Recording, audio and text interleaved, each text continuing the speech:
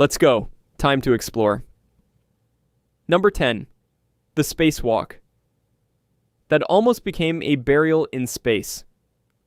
On March 18, 1965, Soviet cosmonaut Alexei Leonov climbed out of the Voskhod 2 spacecraft and became the first human being to float freely in the void of space. For 12 minutes and 9 seconds, he drifted on a 5.5-meter tether above the Earth, connected to his ship by a single cord. Then he tried to come back inside. And everything went wrong. The mission had been designed with one primary goal: beat the Americans to the first spacewalk. Soviet engineers had built an inflatable airlock onto the outside of the Voskhod capsule, a novel solution to a problem no one had fully solved before. The plan was straightforward. Leonov would exit, photograph the spacecraft, demonstrate that a human being could survive and maneuver in open space, and return. Simple. Controlled. Historic. What happened instead was a fight for his life. The vacuum of space had inflated his Berkut spacesuit so severely that his hands had pulled away from his gloves and his feet had come out of his boots. The suit had become a rigid, pressurized shell that he could no longer bend at the joints. He could not fit back through the airlock hatch. He was trapped outside his spacecraft alone, 500 kilometers above the Earth. Leonov made a decision that was not in any checklist. Without informing ground control, knowing that foreign powers were monitoring Soviet transmissions, he opened a valve on his suit and began bleeding off his own oxygen supply. He dropped the internal pressure from 5.8 pounds per square inch to 3.9, the absolute lower threshold for survivable oxygen levels. Then, with his suit barely flexible enough to move, he forced himself headfirst into the airlock and spent 8 agonizing minutes fighting his way back inside the spacecraft. He survived. But the mission's troubles were far from over. The automatic re-entry system failed, the spacecraft overshot the landing site by nearly 2,000 kilometers, and the crew spent a night in a Siberian forest surrounded by wolves before rescue teams could reach them. Leonov's survival was not the result of better engineering. It was the result of one man's willingness to gamble his life on a calculation no one had ever tested before. Number 9. The Day Lightning. Almost ended the moon program. On November 14, 1969, at 36.5 seconds after liftoff, Apollo 12 was struck by lightning. The spacecraft shuddered. Instrument panels lit up with warning lights. Telemetry data at mission control dissolved into a stream of garbled noise. 12 seconds later, at 52 seconds after launch, lightning struck again. And the man who would save the mission was a 26-year-old flight controller who had seen this exact situation once before, in a test at Kennedy Space Center a year earlier. Apollo 12 was the second lunar landing mission, carrying Commander Pete Conrad, Command Module Pilot Dick Gordon, and Lunar Module Pilot Alan Bean. NASA had been confident in the launch despite overcast weather, and the Saturn V rocket had been performing flawlessly. The crew were 6 weeks removed from the triumph of Apollo 11. The moon program was at its most optimistic. Nothing was expected to go wrong during the relatively routine phase of launch. The lightning strikes knocked all 3 fuel cells offline simultaneously, cutting power to the spacecraft systems and leaving the crew entirely dependent on batteries that could not sustain the mission. Every alarm in the capsule was sounding. Flight Director Jerry Griffin was preparing to call an abort. Then, from his console, Electrical, Environmental, and Communications Officer John Aaron spoke 4 words that almost no one in mission control understood. Flight. Try SCE to aux. Griffin did not know what it meant. The Capcom did not know what it meant. Capcom, Gerald Carr repeated the call to the crew, saying, "What the hell's that?" before relaying the order. Alan Bean, the lunar module pilot and the spacecraft systems engineer, knew exactly where to find the switch. He flipped it. Telemetry returned to normal within seconds. Aaron had recognized the garbled data pattern from a single obscure test he had attended at Kennedy Space Center a year earlier. He had traced the anomaly on his own initiative to the signal conditioning equipment, an obscure system that almost no one studied, and had remembered that switching it to auxiliary power restored normal readings under low-voltage conditions. No training scenario had prepared anyone for a double lightning strike at launch. One controller's personal curiosity, exercised a year before the mission, was the only reason Apollo 12 reached the moon. The Saturn V's independent guidance system had never faltered during either strike. The rocket had kept flying perfectly while everything else failed around it. There were undisclosed concerns after landing that the lightning might have damaged the explosive bolts in the parachute compartment, concerns that were not fully shared with the crew. What are the odds that the one person who had ever seen that telemetry signature happened to be at that console on that day? Number 8. The astronaut who was seconds from blacking out above Earth. On March 16, 1966, 6.5 hours into the Gemini 8 mission, Neil Armstrong and David Scott achieved something historic, the first docking between two spacecraft in orbit. Armstrong eased the Gemini capsule smoothly into the waiting Agena target vehicle, and the two ships locked together. 27 minutes later, the docked spacecraft began to roll. Then it began to tumble. Within minutes, Armstrong was approaching 1 full rotation per second in a spacecraft that was threatening to tear itself apart, with both astronauts seconds away from losing consciousness. Gemini 8 had been planned as one of the most ambitious missions in the program, a multi-day flight that would include the docking, a spacewalk by Scott, and a battery of scientific experiments. Armstrong and Scott were two of NASA's most capable astronauts. The Agena target vehicle was known to have its own attitude control system, and when the combined spacecraft began rolling unexpectedly, both men and mission control assumed the problem was with the Agena. The logical solution was to undock. It was the wrong decision. OAMS thruster number 8 on the Gemini spacecraft had short-circuited and was firing continuously, its two liquid propellants igniting on contact in an uncontrolled burn. With the Agena's mass no longer damping the rotation, the tumble rate accelerated catastrophically. The spacecraft was rotating, approaching 1 full revolution every second. At that rate, the centrifugal forces were pulling blood away from the astronauts' eyes and brains. Scott later reported that the unfiltered sunlight was strobing through the windows like a constant flashbulb. Both men were experiencing vertigo so severe they could barely read their instruments. Armstrong shut down the entire OAMS system and activated the re-entry control system thrusters, 2 rings of rockets mounted on the spacecraft's nose that were reserved strictly for re-entry and emergency use. But using 3/4 of the RCS fuel to counteract the spin, he stopped the tumble. Mission rules required an immediate return to Earth once the RCS had been used. The mission was aborted after just 10 hours and 41 minutes, the first life-threatening in-flight emergency in American spaceflight history. Scott later said of Armstrong, "The guy was brilliant. He knew the system so well. He found the solution. He activated the solution under extreme circumstances. It was my lucky day to be flying with him." The man who would step onto the moon 3 years later came within seconds of never flying again. The investigation found a simple short circuit, a single failed component, the kind of fault that should never have been catastrophic. In space, it nearly was. Number 7. Mir. The year a space station tried to kill its crew twice. On February 23, 1997, cosmonaut Alexei Leonov activated a routine solid-fuel oxygen generator in the Kvant-1 module of the Russian space station Mir. The canister ignited normally, then it kept igniting. A 3-foot jet of flame erupted across the module, spraying molten metal and sparks in all directions and filling the station with dense toxic smoke. The fire burned for 14 minutes, and it was directly blocking the path to one of the station's 2 Soyuz escape capsules. Mir had been in orbit since 1986, already more than a decade old and 6 years past its original design lifespan. In early 1997, it was home to a crew of 6 cosmonauts: Valery Korsun, Alexander Leonov, and Vasily Tsiblyev, NASA astronaut Jerry Linegar, German cosmonaut Reinhold Ewald, and Alexander Kaleri.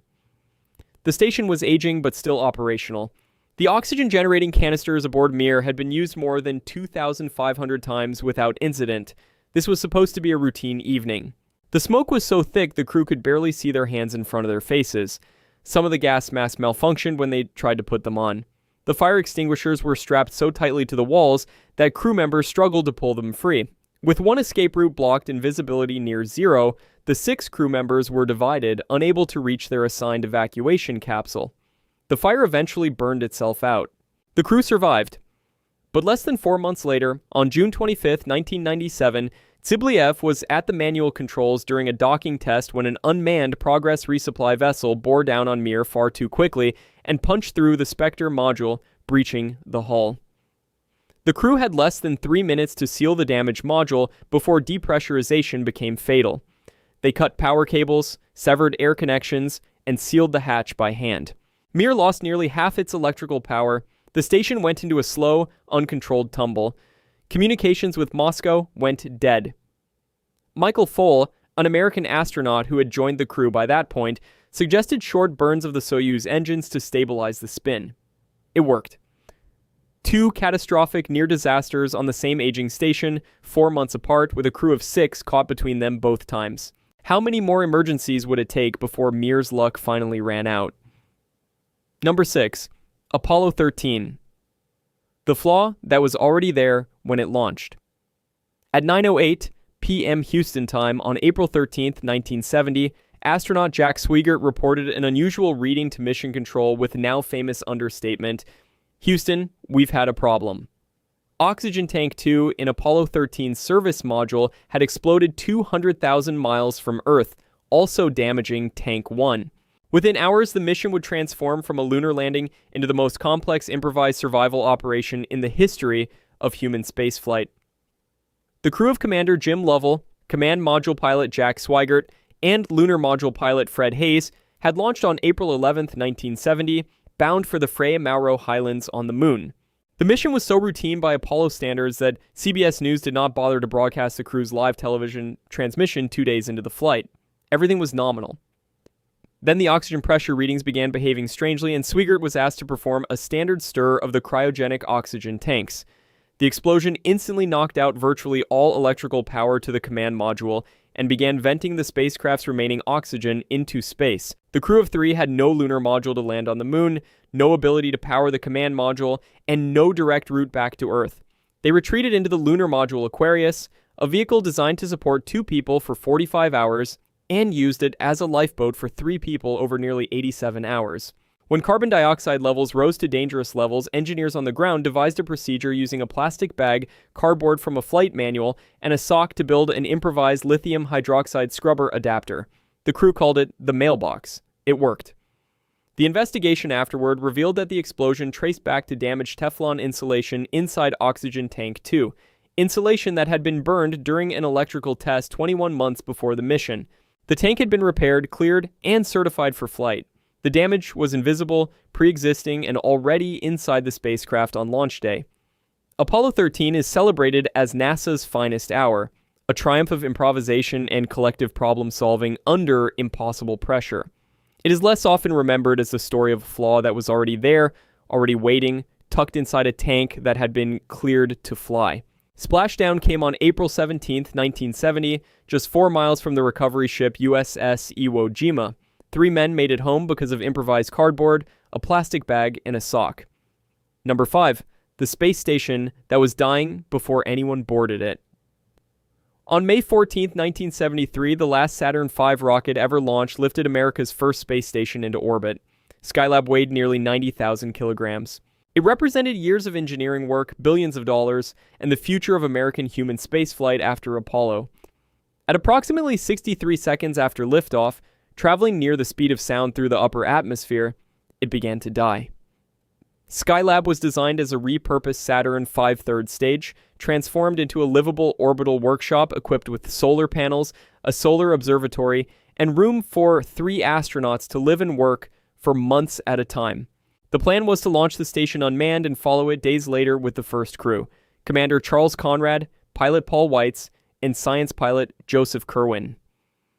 The station would be ready for them when they arrived. It was not. Aerodynamic forces just after Mach 1 tore the micrometeoroid and thermal shield away from the workshop, and the debris it left behind jammed one of the 2 main solar array panels completely. The second panel tore off the station entirely. Without the thermal shield, internal temperatures aboard the still empty Skylab soared to 130 degrees Fahrenheit in the living quarters and approached 200 degrees Fahrenheit on the exterior surface. Equipment was being destroyed. Food and medicine were at risk. The toxic gases that the insulation materials could off-gas at extreme temperatures threatened to make the station permanently uninhabitable. The entire American space station program was in jeopardy before a single person had ever set foot aboard it.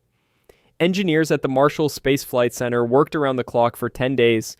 Jack Kinsler, chief of the Technical Services Division, designed an improvised parasol made of aluminum poles, nylon, mylar, and aluminum foil that could be passed through a scientific airlock barely 20 centimeters square and deployed against the station's exterior like an umbrella.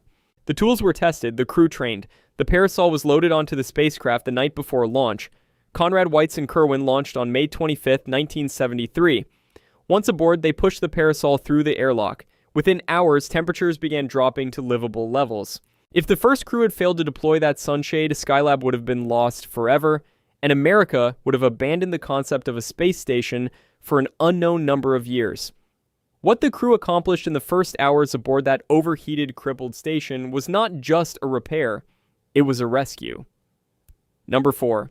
The mission the Soviet Union pretended never happened. On April 5, 1975, 2 Soviet cosmonauts climbed into a Soyuz spacecraft and launched toward Earth orbit. Their names were Vasily Lazarev and Oleg Makarov. They were intended to dock with the Salyut 4 space station. They never got there. What happened to them in the next few minutes was so classified that the Soviet Union removed the mission from its official records, refused to acknowledge it publicly for years, and told the 2 men to say nothing. The mission was intended to be a routine resupply and crew rotation flight, one of many in the Soviet program's steady expansion of space station operations. Lazarev was an experienced cosmonaut. Makarov was a highly trained engineer and veteran of a previous flight.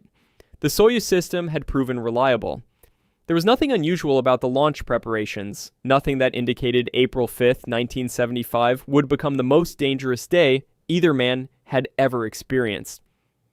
During the third stage separation, the rocket failed to separate cleanly.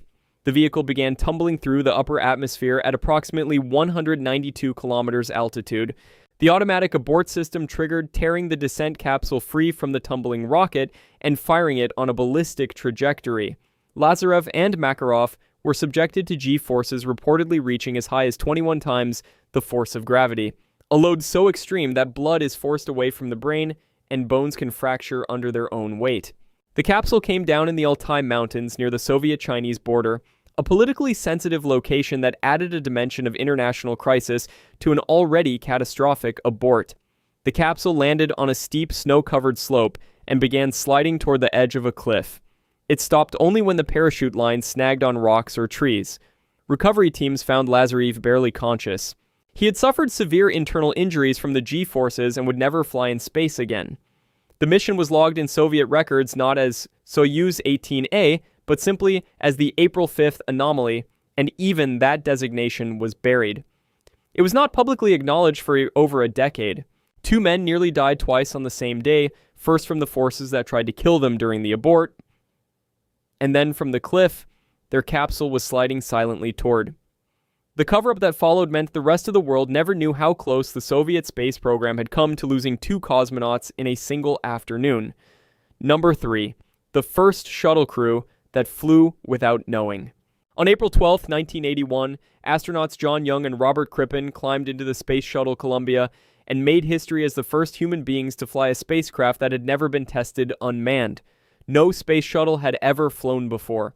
No vehicle of its kind had ever returned from orbit. It was, as many pointed out at the time, the most audacious test flight in history. What was not widely known then, and would not be fully disclosed for years, was that by the time Columbia reached orbit, a classified assessment was already underway about whether the 2 men aboard it would survive the re-entry. The Space Shuttle program had been built on the promise of routine, affordable access to space. Columbia was the realization of that vision, a reusable orbital vehicle that would change the economics of spaceflight forever. Young was a veteran of 4 previous space flights, including a moon landing. Crippen was a rookie, but one of NASA's most capable astronauts. The mission was STS-1, the first space shuttle mission, and the eyes of the world were on it. During ascent, the overpressure wave generated by the solid rocket boosters at ignition was more severe than engineers had predicted. Post-launch analysis of footage showed that 16 heat shield tiles had been lost from Columbia's surface, and a further 148 had been damaged. The damage was concentrated near the orbital maneuvering system pods. NASA requested reconnaissance imagery from Department of Defense satellites in a classified channel and conducted a covert assessment while Young and Crippen operated normally in orbit, largely unaware of the full picture of what had happened to their spacecraft's thermal protection system. The assessment concluded that the damaged tiles were not in the critical underbelly region that faced maximum heating during re-entry, and that the mission could proceed safely to landing on April 14, 1981. That conclusion proved correct. Columbia landed at Edwards Air Force Base without incident, but the decision about whether Young and Crippen would survive re-entry was made on the ground, assessed through spy satellite imagery, while the crew went about their work in orbit. John Young and Robert Crippen flew the most daring test flight in the history of aviation and trusted their spacecraft completely. Whether they were trusted in return with the full truth of what those surveillance images showed, and what conclusions were drawn from them, remains a question that lingers in the margins of NASA's most celebrated mission. Number 2. The man who held the world in his hands for 10 minutes. Shortly after midnight on September 26, 1983, Lieutenant Colonel Stanislav Petrov of the Soviet Air Defense Forces was sitting alone at his console in the Serpukhov 15 bunker near Moscow, monitoring the Oko satellite early warning network. The screen in front of him showed a launch warning. One intercontinental ballistic missile had been detected lifting off from the United States. Then the system updated. 4 more missiles were in the air. The computer displayed the highest possible confidence rating for the data. The figure 3, meaning the system was certain. Protocol required immediate escalation up the chain of command, which would almost certainly have triggered a Soviet retaliatory strike. The Oko satellite network had been operational for only a few years. Petrov was a software engineer who had helped design some of its analytical systems, which meant he understood its capabilities and its failure modes better than almost anyone in that bunker. The year 1983 had been one of the most dangerous of the entire Cold War. 3 weeks earlier, Soviet Air Defense Forces had shot down Korean Airlines Flight 007, killing all 269 people aboard. NATO had been conducting exercises that Soviet military analysts were interpreting as potential cover for a real first strike. The Soviet system was, as one Cold War historian later described it, geared to expect an attack and to retaliate very quickly. Petrov looked at the screen for the longest 10 minutes of his life and decided not to report it. His reasoning was simple and went entirely against his training. A real American first strike, he judged, would not be 5 missiles. A genuine nuclear attack would be massive and overwhelming, designed to saturate Soviet defenses in a single overwhelming blow. 5 missiles from a single base made no strategic sense. Additionally, the Soviet ground-based radar installations, which could detect missiles rising above the horizon, were showing nothing. The satellite was telling him one thing. Everything else was telling him nothing. The false alarm was later traced to the Cosmos 1382 early warning satellite, which had been positioned at an angle where sunlight reflecting off high-altitude clouds above North Dakota was being interpreted by the computer as the infrared signature of missile launches. It was a rare alignment of atmospheric conditions and orbital geometry that the system's designers had not anticipated. Soviet engineers subsequently corrected the flaw by cross-referencing data from geostationary satellites. Petrov was neither praised nor punished. He was quietly reassigned. The incident was classified. It remained unknown to the outside world until 1998, when a retired Soviet general mentioned it in his memoirs. The detail that haunts the story of Stanislav Petrov is not that he made the right call, it is that he was not certain he was right. In a 2013 interview, he said, "I, myself, was not sure until the very last moment." He spent those 10 minutes with the fate of hundreds of millions of people resting on a judgment he could not confirm, in a bunker outside Moscow, filling in for a colleague who had called in sick. The world did not learn how close it had come until 15 years later, and the man who held it in his hands never considered himself a hero. Number 1, the cosmonaut who flew because he could not let his friend die. On April 23, 1967, Colonel Vladimir Komarov of the Soviet Air Force strapped himself into the Soyuz 1 spacecraft and launched into orbit. He was the most experienced cosmonaut in the Soviet program, the first human being to fly in space twice. What his colleagues knew, what engineers had documented, and what the political machinery of the Soviet state had chosen to override was that the spacecraft surrounding him as it lifted from Baikonur Cosmodrome was not ready to fly. Engineers associated with the program had reportedly documented over 200 design faults before the mission. Previous unmanned test flights under the cover name Cosmos had failed in significant ways. A heat shield burned through, a parachute failure in a drop test, attitude control problems. The mission had been ordered anyway, driven in part by pressure to achieve a spectacular space feat in time for Lenin's birthday celebrations. Komarov knew all of this. He had worked 12 to 14-hour days in the months before the mission, studying every system, logging every concern. His backup pilot for the mission was Yuri Gagarin, the first human being to reach space, a national icon so precious to the Soviet state that party leaders would not risk him on a flight with known problems. According to accounts from people who knew Komarov personally, he understood exactly what that meant. If he refused to fly, Gagarin would fly instead. Komarov made his choice. He took his seat. He waited. The mission began failing within hours of launch. The left solar panel did not deploy, leaving the spacecraft critically underpowered. The attitude control system failed. The backup orientation system failed. High-frequency communications failed. Komarov spent orbit after orbit attempting manual correction of a spacecraft that was refusing to cooperate, transmitting terse status reports to the ground, fighting for control with the methodical precision of a man who understood that composure was all he had left. After 18 orbits, the decision was made to abort. Re-entry began, and then the parachute system failed. The main parachute did not unfold correctly. Komarov activated the manually deployed reserve chute. It tangled with the drogue chute and could not deploy. The Soyuz 1 descent module fell from the sky nearly unimpeded and struck the ground in Orenburg Oblast on April 24, 1967, at approximately 40 meters per second. The retro rockets, designed to fire just before touchdown, ignited after impact. The capsule caught fire. Recovery teams found a scene of devastation. Komarov became the first human being confirmed to have died during a spaceflight. He was 40 years old. Gagarin would die in a training aircraft crash less than a year later, before he ever returned to space. There is a version of the Soyuz 1 story that focuses on what went wrong technically, the parachute geometry, the faulty separation, the cascade of system failures. But the deeper story resists a technical explanation because the technology was not the thing that failed first. 200 faults were documented. Multiple unmanned tests had raised serious concerns. The spacecraft was broken before it left the ground, and the men who knew it sent him anyway. Vladimir Komarov took his seat, strapped in, and waited. Not because he did not know, but because someone he loved was next in line.